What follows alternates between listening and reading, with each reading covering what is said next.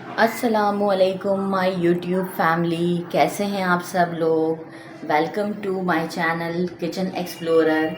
आज मैं आपको अपने स्टाइल में क्रीम कैरमल पुडिंग बनाना सिखाऊंगी जो कि बहुत डिलीशियस बनने वाली है। तो चले आएँ फिर हम इंग्रेडिएंट्स की तरफ चलते हैं। एक हम मोल्ड ले लेंगे, हाफ कप हम शुगर ले लेंगे फॉर कैरमलाइजिंग, और 1 टेबलस्पून मैंने लिया है पाउडर मिल्क, आप किसी भी कंपनी का ले सकते हैं। Half tea spoon vanilla essence, again half cup of sugar जो कि हम मिल्क में ऐड करेंगे।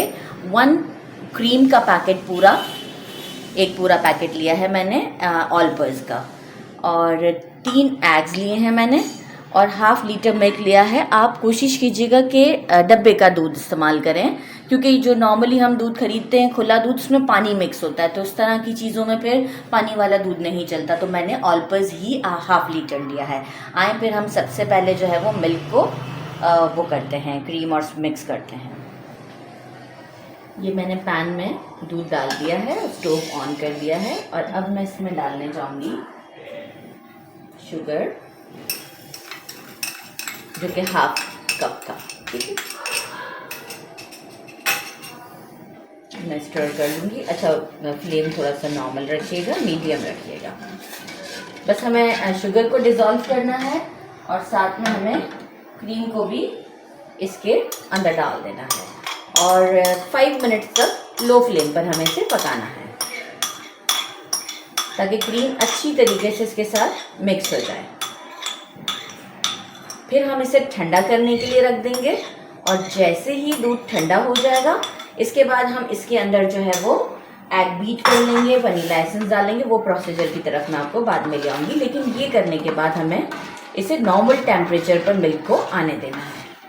अभी तो हमें बनाना है। अच्छा जी, दूध हमारा मैंने गर्म करके उसे साइड कर दिया है, क्रीम और वो शुगर डाल के। अब हम कैरमलाइज करते हैं। स्टोव को स्लो रखेंगे और मैं डायरेक्ट इसमें शुगर ऐड कर दूँगी। फ्लेम को स्लो रखिएगा, नहीं तो ये शुगर जल जाएगी।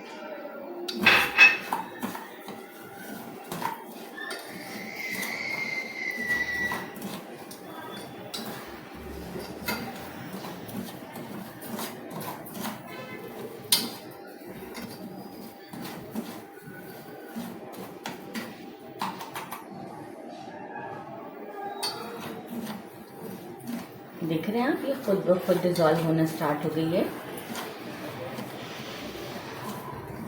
अच्छा, जिस मोल्ड में हमें इसे डालना है ना, हम वो पास ही रखेंगे, क्योंकि हम इतना वेट नहीं कर सकते कि हम जो है वो शुगर को स्टोव से उतार कर फिर उस तरफ जाएं ना, तो हम पास ही में रखेंगे उसे।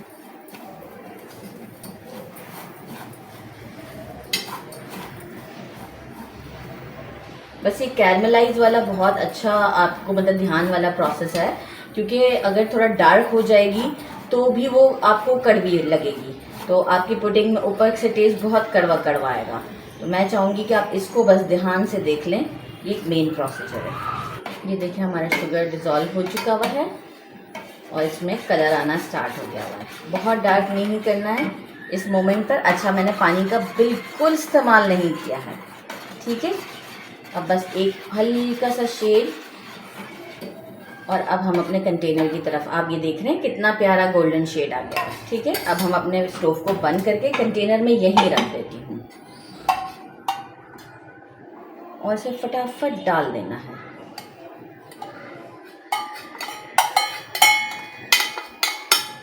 और फौरन से सब तरफ फैला लेना है। मैं आपको करके दिखाती हूँ।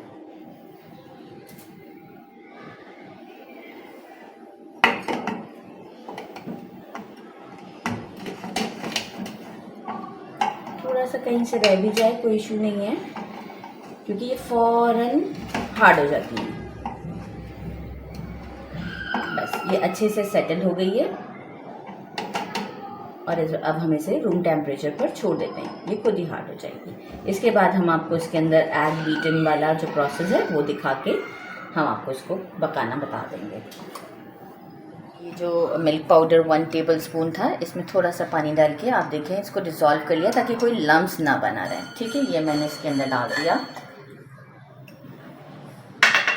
Vanilla essence, half tea spoon था एग्स,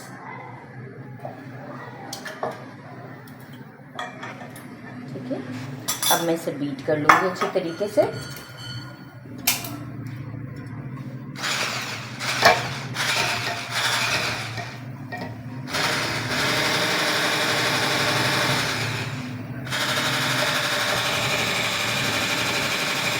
एग्स बीट कर लिए हैं और अब मैं इसे सीफ की मदद से छान के इस कंटेनर में डालूंगी। बस एक साइड से ही आप डाल सकते हैं, वो खुद ही अपना स्प्रेडिंग पॉइंट पे चला जाएगा। इतनी ज़बरदस्त ये कैरमल क्रीम पुडिंग बनने वाली है कि आप खाएंगे और आप मुझसे ज़रूर कमेंट में मुझे रिव्यू कीजिएगा।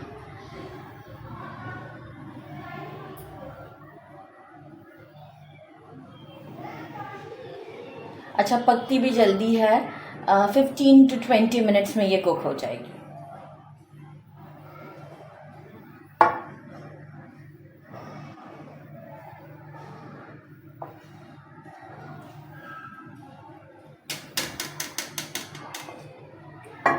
चलिए अब हम जो है वो इसे कवर कर देते हैं एल्युमिनियम फॉइल से अच्छी तरीके से।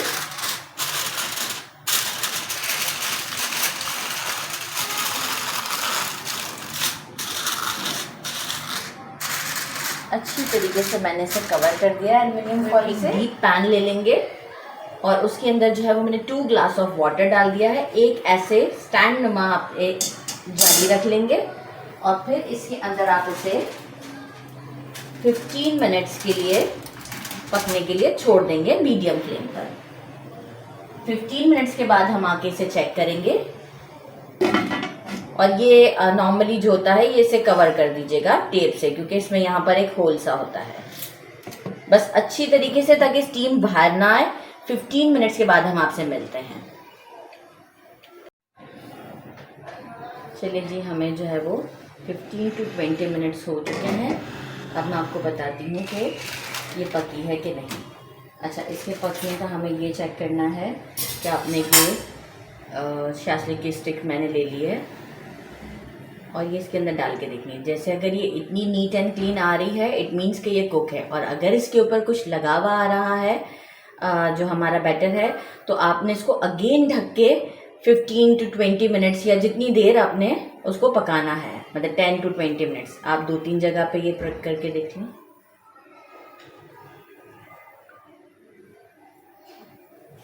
स्टोव बंद करते हैं, ठीक है। अब जो है वो मैं इसे बाहर निकाल लेती हूँ और हम जो है वो इसे रूम टेम्परेचर पर ठंडा होने देंगे। फिर मैं आपको डिश आउट करके दिखाती हूँ। चलिए जी, अब मैंने इसे जो है पहले रूम टेम्परेचर पे कर दिया था और इसके बाद मैंने इसे फ्रिज में हाफ एन आवर के लिए रख लिया था। अब ये ठंडी हो चुकी है। अब हमें एक काम ये करना है कि साइडों से ये हमने पहले इसको निकाल लेना है और फिर ये जो यहाँ पे सेंटर का पार्ट है इसे भी हम इस तरीके से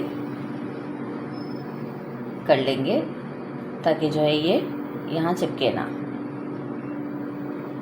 बहुत हल्के हाथ से करना है और फिर इसके बाद इसे डिश आउट कर लेना है। मैं अब डिश आउट करके आपको बताती हूँ। देखिए, इसे कट कर लिया है और मैं आपको इसे प्लेट में निकाल के दिखाती हूँ कि ये कितना खूबसूरत दिख रहा है। आप ऐसे भी देखेंगे, ये साइड से आप देखेंगे कितना प्यारा लग रहा है। साइड आप देखें कितनी क्रीमी है, ठीक है। अब मैं इसे प्लेट में निकाल के आपको टेस्ट करके बताती हूँ। आप टेक्सचर भी चेक कर सकते हैं कि ये आप देखें कितना स्मूथ है, ठीक है। और अब मैं आपको बहुत डिलीशियस है, बहुत यमी है। आप ट्राई करें और पूरा चिल करके खाइएगा इसे और मुझे ज़रूर कमेंट में बताइएगा। लाइक और सब्सक्राइब करना नहीं भूलिएगा। अल्लाह हाफिज़।